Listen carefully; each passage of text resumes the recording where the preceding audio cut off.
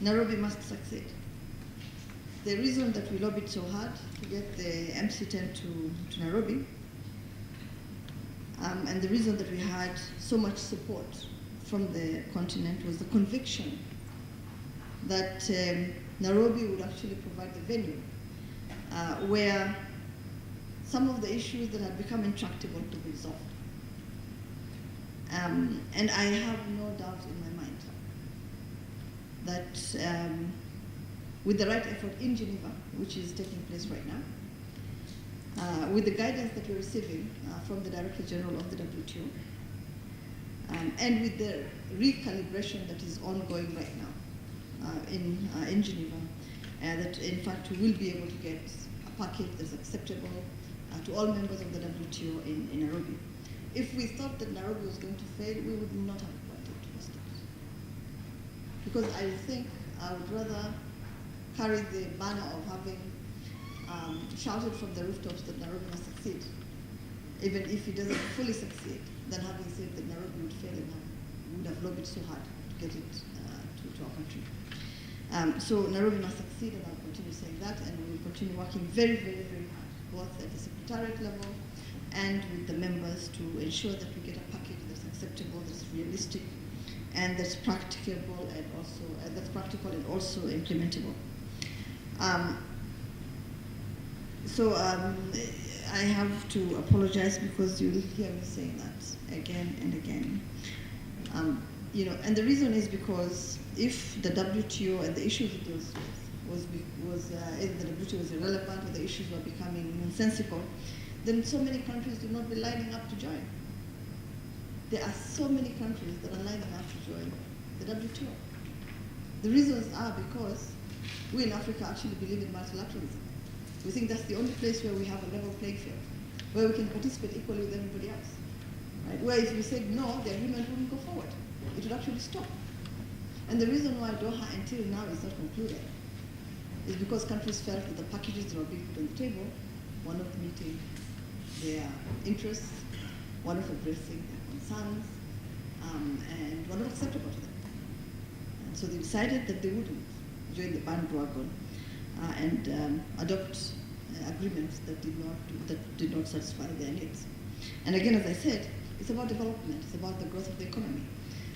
And also there's no doubt that trade actually contributes to economic growth.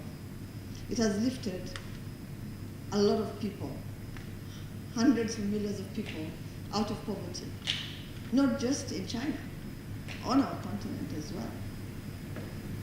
At the time when 300 million people were being lifted out of poverty in China, the same was happening right here on our continent.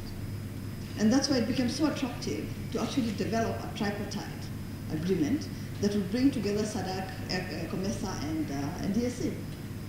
It's because everybody understands, accepts, and is convinced that trade delivers. It delivers development, it alleviates poverty, and it creates jobs. So I think there's absolutely no way that I could even accept an argument that Nairobi will fail because the issues with trade. And there's no negotiation that anybody walks into that's an easy negotiation. So if anybody expects us to walk into an easy negotiation, it will not happen. Negotiations are by nature very difficult, and in the WTO even more so, because there you don't vote. In other places you can vote and the majority walks away with the day. Right? In WTO we don't vote. So we all have to agree, which basically means at the end of the day that what is in that package is acceptable to everybody partially, not in full. Nobody walks away feeling totally satisfied, and nobody walks away feeling totally dissatisfied. Everybody has something in that package for them. For the developing countries and LDCs, there are flexibilities in these agreements. There's special and differential treatment. In agriculture, for instance, we're insisting that some of the products that you have mentioned go into a package that we refer to as special products that will be totally exempt from any further liberalization. We're also talking about a special safeguards mechanism where if you actually feel any product is endangered, then you can trigger this mechanism. If you feel that there's a country that is dumping products, distorting your market, then you can trigger the special safeguards mechanism. Now, we still have to agree on it, but it's on the table. These are things that we worked on for many, many years to just make sure that at the end of the day, when this agreement is finalized, that none of us is disadvantaged.